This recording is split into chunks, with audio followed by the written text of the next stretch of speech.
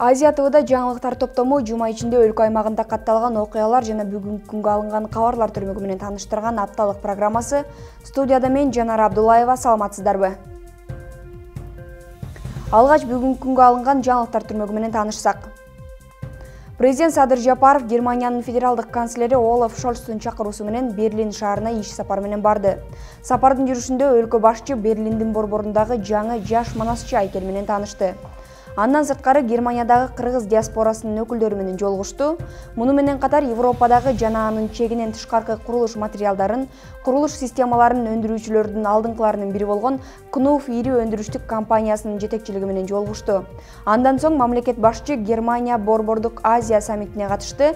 Алдыда Германиянын жетекчилиги менен сүйлөшүүлөрдү жүргүзөт. Ошондой эле Германиянын экономикасынын чыгыш комитети Герман ишкерлери ассоциациясы мүчөлөрү менен жолугушуусу пландалууда.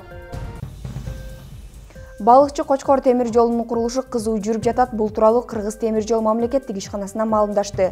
Белгиленгенде 2022 жылы пландалган 5 чакырым темир жол толугу менен курулуп бүткөн. Курулуш иштерин Кыргыз темир жол мамлекеттик ишканасынын өздүк каражаты эсебинен аткарылган.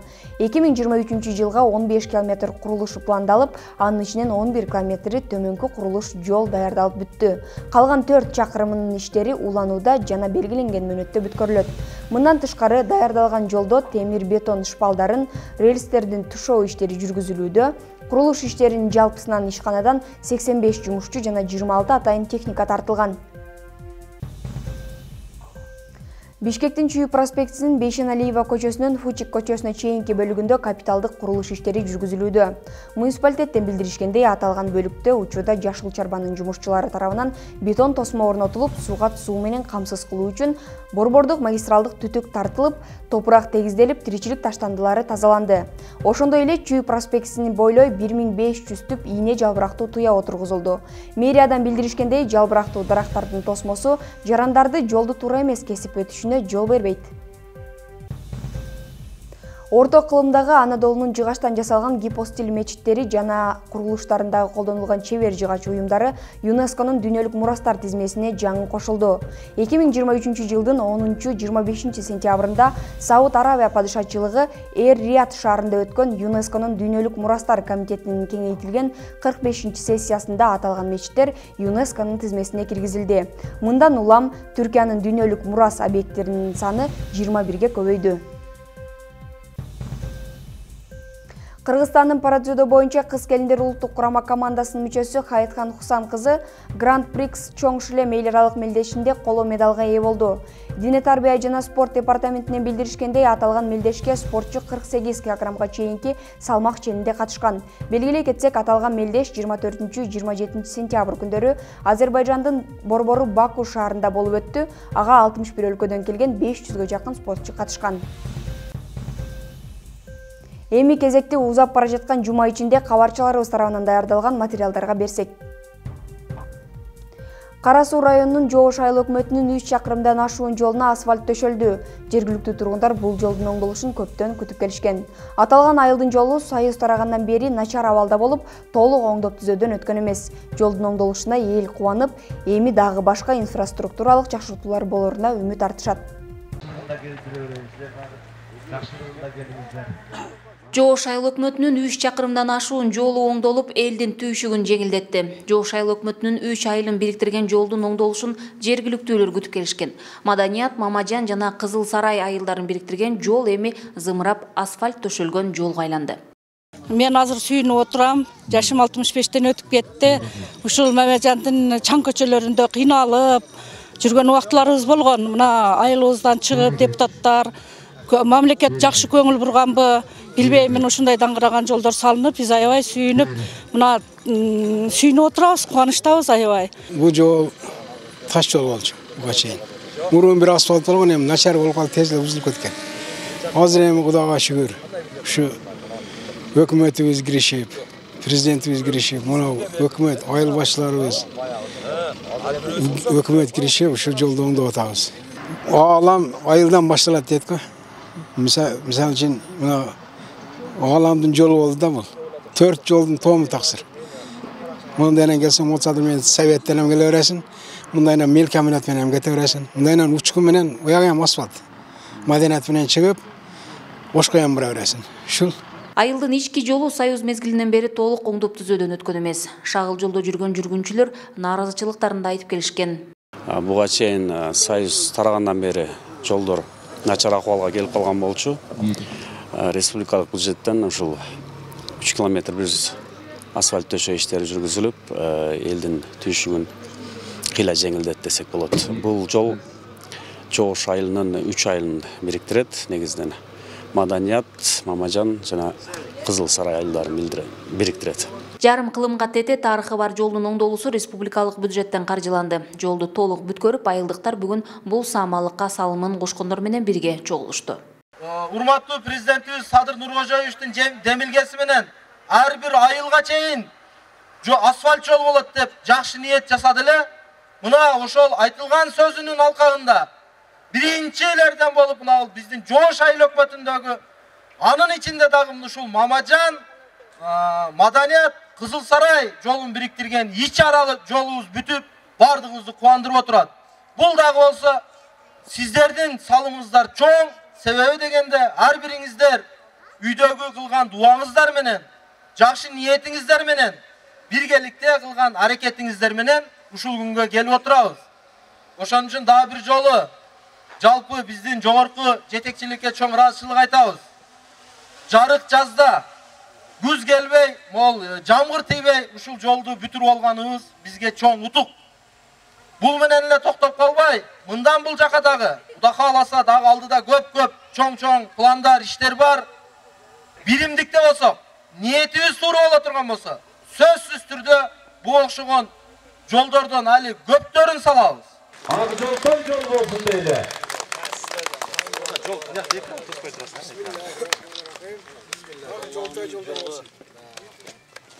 Айылдыктар жолду куруп коюп демели болбостон, анын көп жылдарга жакшы сакталышына ар биринин салымы чоң экендигин да белгилеп кетишти. Ошол эле учурда айыл өкмөттүн чече турган маселелерин да ортого салышып, чечүү маселелерин да талкуулашты. Гүлжан Ажиматова, Бектур Калыбек уулу, Ош облусу.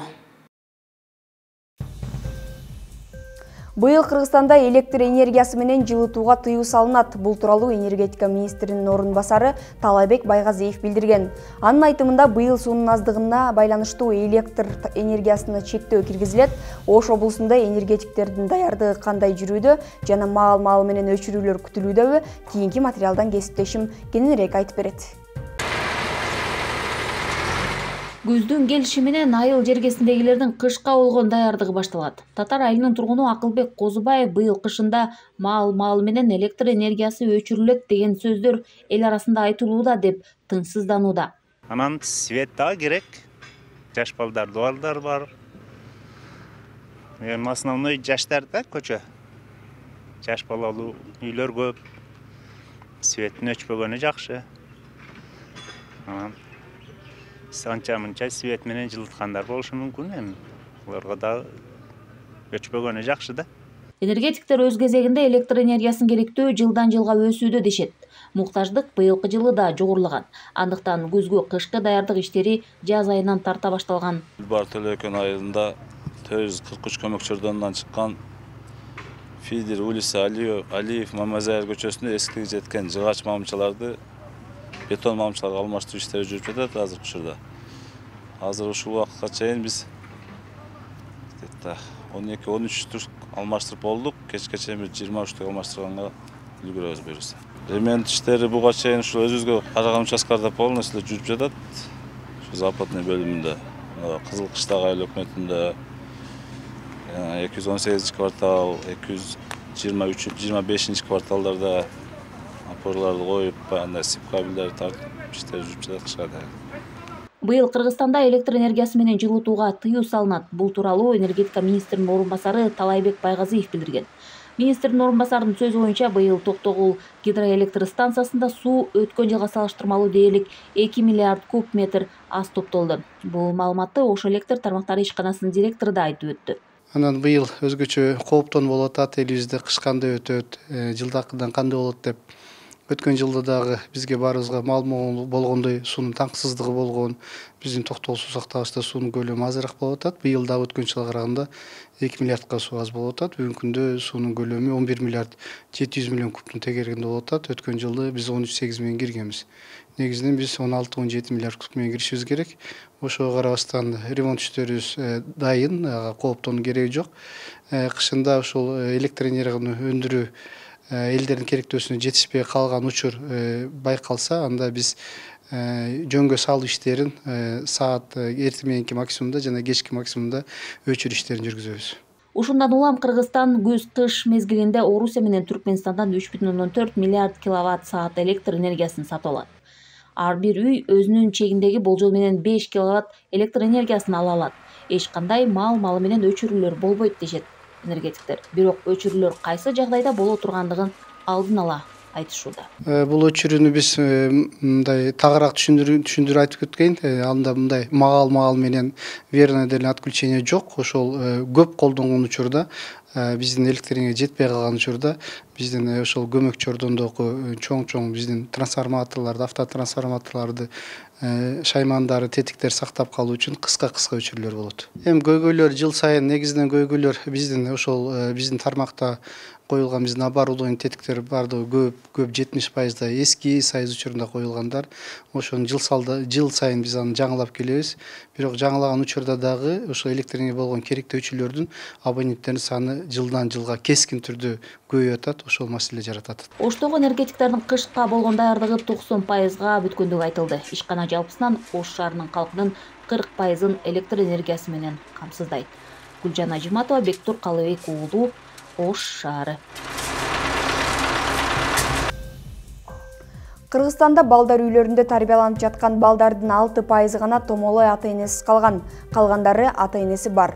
Укук коргоочулар интернаттарды каржылоого кетип жаткан миллиондогон акчаны баланын үй бүлөдө жашап өнүгүүсүнө жумшоо боюнча негизги максаттар аткарыла электигин айтып келишет. Буга байланыштуу балдар үйлөрү эми үй бүлөнү жана балдарды атайын адистештирилген борбор деп өзгөртүлдү.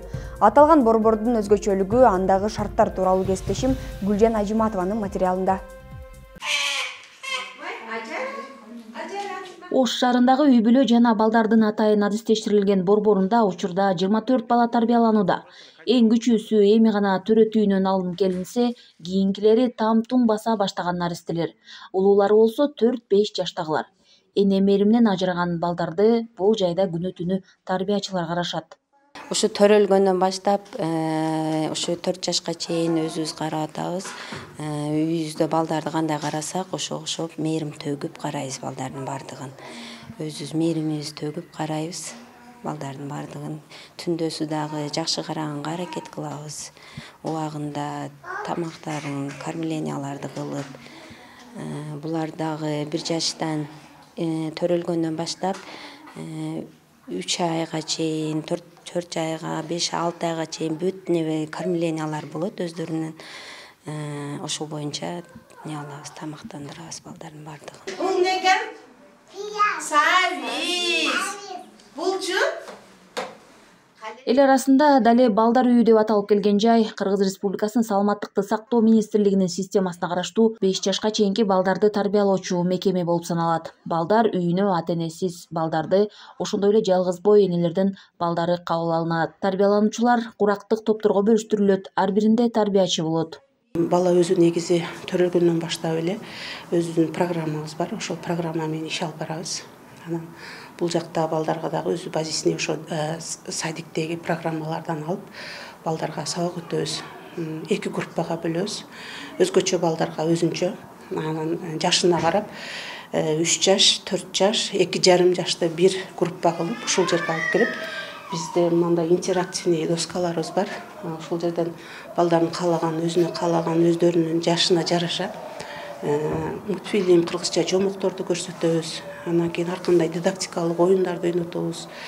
Себеби балдардын аң сезимин өстүрөбүз, баягыдай табият тааныганды, моторикалар, майда моторикаларын өнүктүргөнгө, бул келечекте балдар бизден чыккан балдар эртең школ, мектепке барганда өзүн жакшы өздөштүрүп кеткенге аракет кылыш керек да. Анан бул жерде аябай жакшы. Дени сак балдардан тышкары борбордо өзгөчө наристелер да бар. Аларга камкордук, мээрим, андан тышкары адистердин жардамы да керек болот. Бул реабилитационный центр болгондуктан биз бул жерде медициналык жактан дагы биз бул балдарга жардам беребиз. Медицина бул реабилитация деген сөз, бул калыбына келтирүү борбору. Бул жерде бардык балдар бул мүмкүнчүлүгү чектелген, бул дени таза деп эч качан балдарды бул жерде бөлүнбөйт. Ошондой мүмкүнчүлүгү чектелген балдарга бул жерге биз массаж жасап турабыз. Аз да болсо ал балдар кыймылсыз жаткандыктан денелеринде мындай көп жата берсе дагы баягындай паралич болуп оюлуп кетиши мүмкүн. Ошон үчүн биз уход жетей балдарыбызга массаждарды жасап турабыз, анан обязательно бул медициналык кароодон өткөрүп турабыз балдарды. Борбордун жетекчиси Роза Садированын айтымында бул жайга келген балдардын ар биринин тагдыры түрдүүчө. Бир жуманын ичинде эле 2 мигрант кыздардын балдарынын ушул жайга жайгаштырылышы борбордогуларды да ойго салууда. Никеси төрөлүп калат, же болбосо өзүңүз билгендей миграцияга барат. Миграцияга барып ал жерде алданып калышат.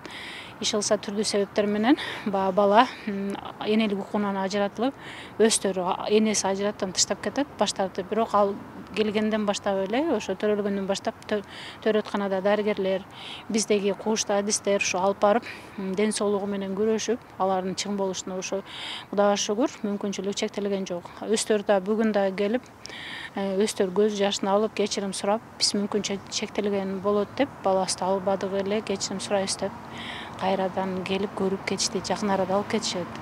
Анан башта балдарын ушундай ар жерде таштап кетип мындай кылса, азыркы учурда ушул миграция ошо тиргиликтин айынан тааныш эмес эле адамдарга таштап кетишип, алар жоопкерчиликти сезбей, балдарын жакшы карашпай, көчөдө калып, анан социалдык өнүгүү башкармалыгынын рейд учурунда балдарды таап келип атышат, ошо оор кырдаалга түшүп калгандарды.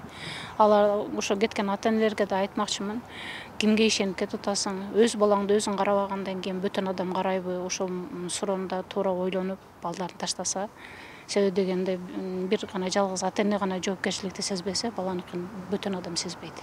Балдар үйү тибине жана укуктук статусуна ылайык балдар жашоочу жай, аларга ылайыктуу шарттар, тамак-аш, кийим-кече, дарылоо, окутуп тарбиялоо үчүн керектүү шарттар менен камсыздалат. Борбор кароосуз калган балдарга мамлекеттик деңгээлде кам көрүп, болочокто өз турмушунун ээси болгонго эмгектенүүгө даярдайт. Гүлжан Ажиматова, Бектур Калыбек уулу, Ош шаары. Ош облусу учурда кызамык оорусу эң көп катталган аймактардын сап башында турат. Бүгүнкү күндө илдетти жугузгандардын саны 635 жеткен. Ошол себептүү Ош шаарында жана облустун аймактарында 9 айдан 7 жашка чейинки балдарды акысыз эмдөө жүргүзүлүп жатат. Дарыгерлер ар бир ата-эненин бул өнөктүккө кайдыгер карабай активдүү катышууга чакырат. Ош шаарындагы 10-чу бейтапканада баласын эмдөөгө алып келген ата-энелердин саны көп. Алар бул оорунун көбөйүп жатканын угуп, алдын алуу үчүн келишти. Баланын ден соолугуна караган адам сөз алыш керек. Мен бардык балдарымды алдырып келгем ушу күнгө чейин. Кызамыкка каршы вакцина албаган болсо, анын лечениясын билбейм, жок менимче. Эч качан кызамыкка каршы лечения көргөн эмесмин ушу жашка келип. Бирок сөзсүз башкаларга эми айта кетем, алыш керек. Бейтапканалардан сырткары азыр ар бир бала бакча, мектептерде кызылча кызамыкка каршы эмдөө жүрүп жатат. Себеби кызамык кооптуу жана абдан жугуштуу оору. Ага каршы дары-дармек жок. Эмдөө гана оорудан коргой алат. Азыр биз Ош областы боюнча, Ош шаары боюнча 60 пункт уюштурдук. Эмдөө пункту. Ошол пункттар иштейт. Анан жанагы айылда тоодогу фаптарга, труднодоступный айылдарга бул биздин медиктер өздөрү барып жасашат да. Бул ошол кызамык менен кызылчаны каршы атай жасалып атат, себеби көбөйүп атат. Мына өзүңүздөр мына суук сезонго келгенин алдын алып жасап атышат, себеби бул эмдөө жасалгандан кийин бул оорулар ылдый түшөт да. Эртеңиз эмделбесек, балдарыбыз ушул жабыркап калышы мүмкүн да. Ошол убагында эмделели. Вакцинанын маанилүүлүгү жана аны албай коюунун коркунучу тууралуу Республикалык эмдөө борборунун өкүлдөрү ата-энелерге маалымат берип жатышат. Себеби ооруга чалдыккандардын 80%-ын эмдөөдөн баш тарткан ата-энелердин балдары түзөт. Ушул оорунун учурлары көбүнчө 1 жаштан 6 жашка чейин баягы жогору болуп атат. Дагы баягы аянычтуу нерсеси бүт ушу 2018 учурдун ичинен 85% бул баш тарткан үй бүлөлөрдүн балдары ооруп ооруп атат. Ошон үчүн ата-энелерге кайрылат элем. Мына 2 жашынакай ымыркайыбыз да чарчап калды ушу баш тартуунун баягы натыйжасынан. Бир да вакцинасын алышпаптыр. Диний көз караш менен болуп калды. Ошон үчүн ата-энелер түшүнөт деп ойлойм. Закон, мыйзам чегинде дагы эгерде учурлар көп капталса, 5-берененин негизинде бул балдарыбыз эмдөөсү жок болсо, медициналык тастыктоосу жок болсо, биздин өз билим берүү министрлигинин мыйзамынын чегинде биз ал балдарды балакчага тилекке каршы киргизе албайбыз. Ал эми казиаттын өкүлү динде вакцина алууга эч кандай тыюу салынбаганын айтат. Оору менен күрөшкөндөн көрө анын алдын алуу бир кыйла жеңил. Кызамык болобу же башка оорулар болобу, булардын баардыгын тажрыйбанын негизинде алынган. Бул динде эч кандай тыюу жок, арам нерсеси жок. Себеби бул биз бунун алдын алуубуз менен биргеликте биздин жашообуздагы жашап аткан адамзаттын дагы да жакшы өмүр сүрүүбүзгө, ден соолукту кароо канчалык парыздардын дагы эң жогоруда айтканда эң жогоркусу экендигинде бир жашообуздун маанилүү бир үзөгүн түзөт деп эсептейбиз. Учурда өлкөдө кызамык кызылчага вакцинасына 755 000 дозасы келген. Кошумча эмдөө өнөктүгү 10 күн аралыгында жүргүзүлөт. Учурда оору эң көп катталган аймактар Ош жана Чүй областтары, Бишкек жана Ош шаарлары. Гүлжан Ажыматова, Бектур Калыбек уулу, Ош шаары. Апта ичинде болуп өткөн негизги жаңылыктардын өзөгүн мына ушул окуялар түздү. Ушул жана башка кабарлардын топтому менен 3W Чекит Азия Чекит KG сайтынан жана Facebook, Instagram баракчаларынан, ошондой эле YouTube каналынан тааныша аласыздар. Алдыңкы мүнөттөрдө аба ырайы жана валюталар курсуна көңүлүңүздөрдү бурабыз. Ал эми сиздер менен мен коштошом. Сак саламатта туруңуздар.